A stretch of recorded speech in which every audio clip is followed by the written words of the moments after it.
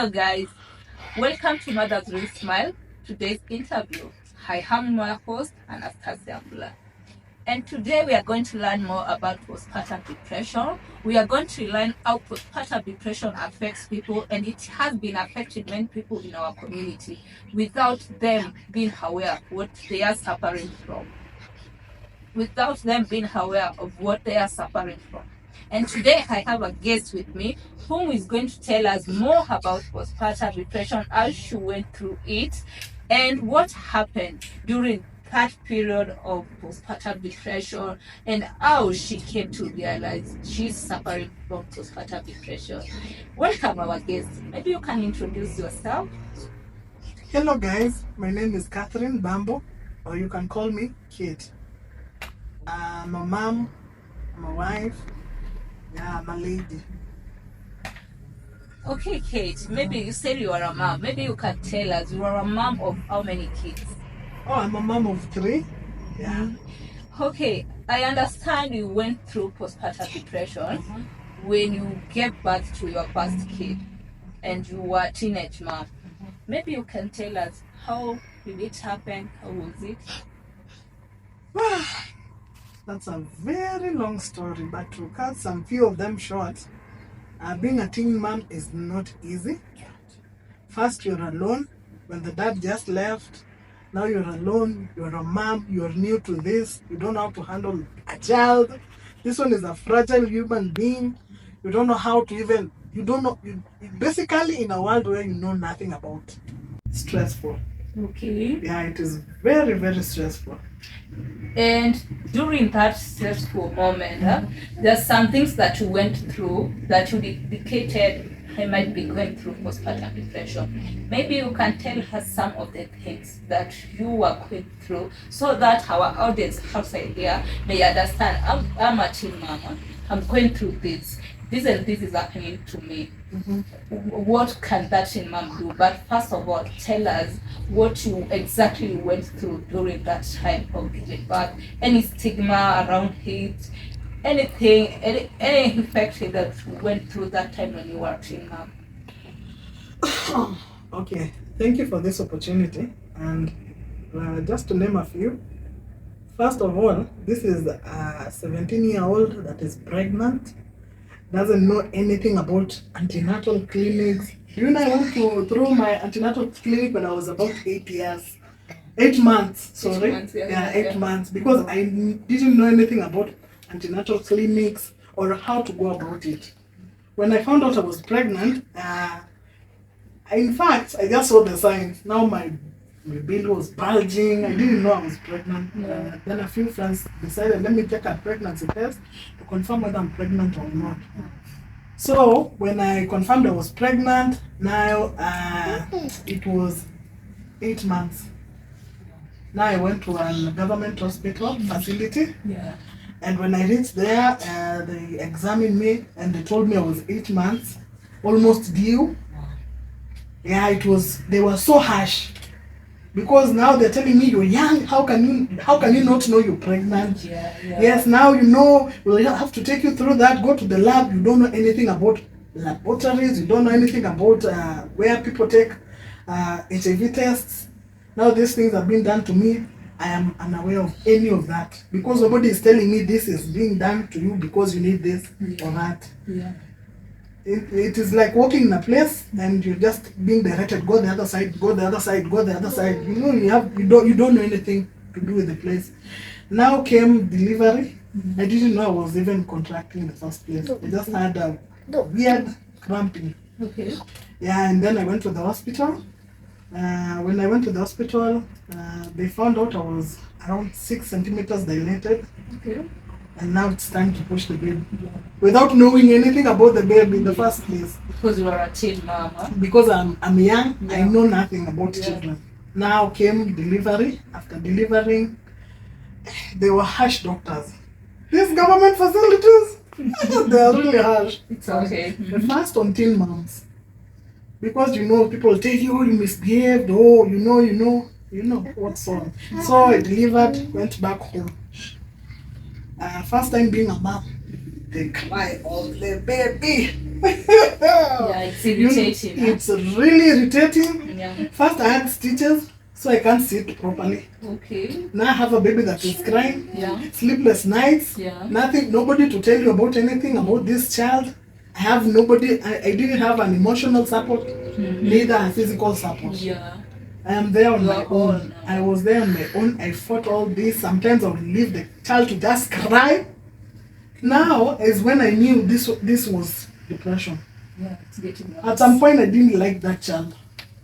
Because now I'm asking, what happened? Why am I even here in the first place? What went wrong?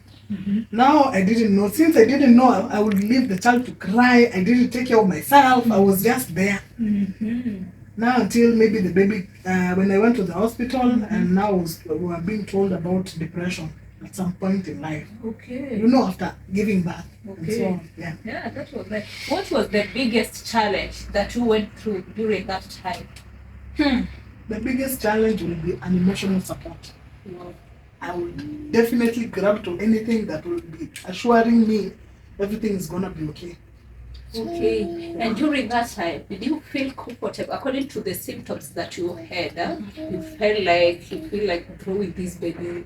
You just leave the baby to cry. At some point, I understand you were crying. Yeah. Did you feel comfortable to seek for help support? Do you feel comfortable talking these things to another person? I feel like throwing this baby away. No. Yeah, because there is stigma around it. There was stigma around being a teen mom. Everyone is talking about you. You're a bad example to everyone. So nobody will even want to listen to you. Yeah. And how did the postpartum depression bring impact to your daily life or relationship? Did it affect your relationship with your parents, your friends, or anyone? Oh, it was bad. My parents wanted nothing to do with me. First, you know, I'm a teen mom. I'm a bad example to every other child in the area. So, including my mom is not even proud of me that I'm a teen mom. Yeah. But I thank God she was just there to give me the help she would definitely give me, but not emotionally support. So you can tell us during that time you were all alone. No one wanted to be associated with you. No one wanted anything to do with you, just because you are going through some things in life. Yeah, no one came through to tell you it's okay, Kate. No one came. Okay, and now I understand that you are going through postpartum depression. Yes. How did you manage to cope with it? Because you had no support. You know, kids are very innocent. As much as you're going through whatever you're going through, you just look at a child and feel things will be better. And the second thing, kids grow. Now to sleepless night, now they're sleeping. Yeah. Now to crying, now to playing. So with the time, things got a little better. Yeah, a little bit. Yeah.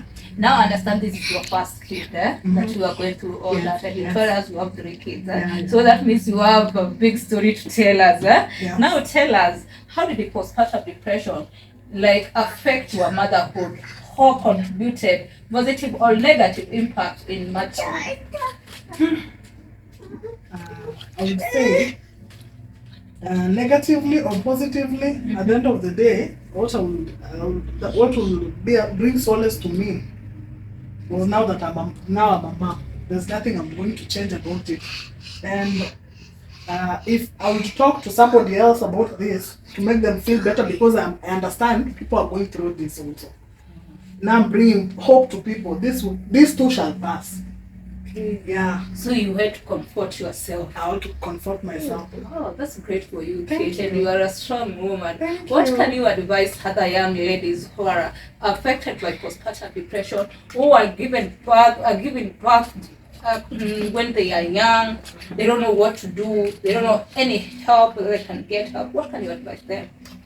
I will do, in my case, I would advise everything happens for a reason. Now that you're a mom, it will pass too. Yeah. Yes, I know the child will be crying, you'll be having sleepless night, but trust me, this too shall pass. Yeah, if you need anybody to talk to, you can also reach out to me. Is there anything else that you would like to share with our audience about postpartum depression? I would have shared much. Given this opportunity, I'll talk. I'll talk. You can say something. You can say. You can talk. I would say this. Maybe if I go back, you told us you were crying. You were going through some rejection in life. I know you haven't told us a lot in that area. Maybe you can tell us more about that area when you were going through those. Did you feel like committing suicide? Did you feel like you are worthless? Do you feel like sometimes other people do hurt themselves? Yeah, you get someone has many cuts, all they do tattoos in order of relieving pains. So what is that thing that during that time you felt or you did that you feel like, hey, it's an outcome of postpartum depression? I would say what made me realize that this was actually a postpartum depression is I isolated myself from people. Okay. I became a loner. Okay. I would just sit in the room, cry, think of suicidal thoughts, kill the baby and kill myself and just live there. I would think of I've really thought about so much. At that time, I thought even of taking the kid and just leaving him on the way. Yeah, some mothers do tend to think of. So I would say at some point, if you want to release it better, if crying makes you feel better, please cry those eyes out. Please cry out so it brings self-relief to yourself. Because you know when the mother is not happy, the child is not happy as well. The health of the baby relies on the mother, whether emotionally, physically, everywhere.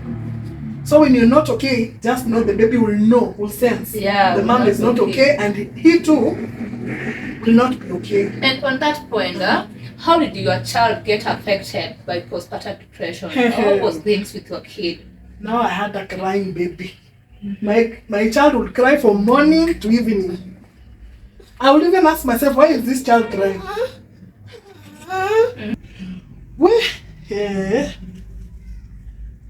My child would cry. At some point I asked God whether I deserve to be a mom.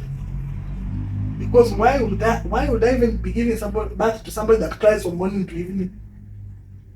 I was super stressed. This child was stressing me. At some point, I thought of even killing the child. Because tell me why. You will breastfeed this child will still cry. Change his nappies, he'll still cry. Put him to sleep, he'll still cry. This child does not sleep. He's like he was sensing I was not okay. Yeah. And nobody was also there to hold my hands when I needed help. So I'm all alone myself with this child. And being from a background that was not doing so well. Being in a society where everybody will judge you from being a teen mom, it was even stressing. I would cry myself to sleep. My child would cry. At some point I would just let that child cry. Yeah, I would. And that time that you were letting that child cry, did you have any feelings or you were just okay? Because I understand when you are going through postpartum depression, sometimes some things do happen. You feel like, what is sour? Is it nothing? You don't have that feeling anymore. I was just done. Anything that if he would definitely cry and die, better. Yeah, it was that bad. Yeah, because you were I was tired, I was mentally exhausted, I was physically tired. I did not want this child. Yeah, I was very okay. I would even throw him on the bed and let him sleep or cry to sleep. What about when you went for antenatal clinics? Is there any healthcare or anyone who tried to talk about postpartum depression? Do you yourself, now leave alone the kid, did you yourself get any help from any health facility? No. I don't think they offer at that time. I don't know whether they offer now, but at that time they didn't offer anything called postpartum depression.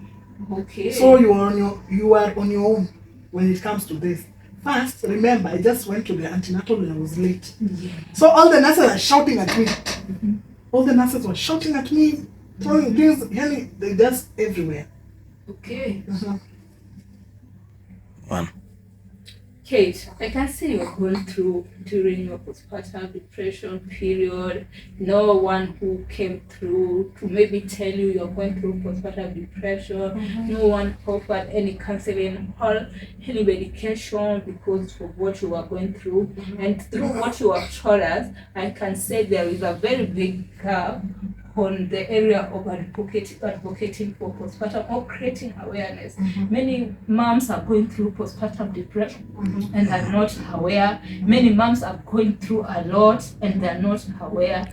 And that's why us, as Mothers Will Smile, we are here to fill that gap, to speak up, to let people be aware of their condition of mental. We want her child to be brought up in a happy family. It's for the case of Kate, you can tell that Kate was a kid was going through a lot, those crying spells, like Kate was feeling like committing suicide, even killing the innocent baby. We don't want that anymore.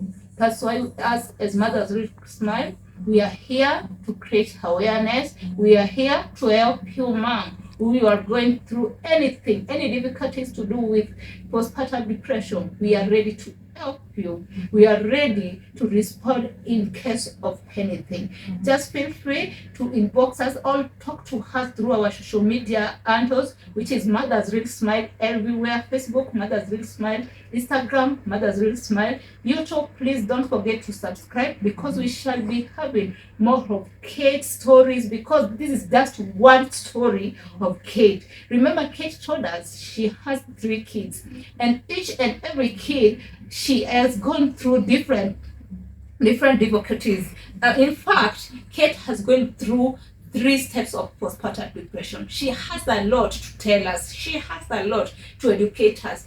Please just subscribe and stay tuned to hear more of our stories and to be educated more and to be aware in case something like this happens to you. Be blessed and thank you for watching.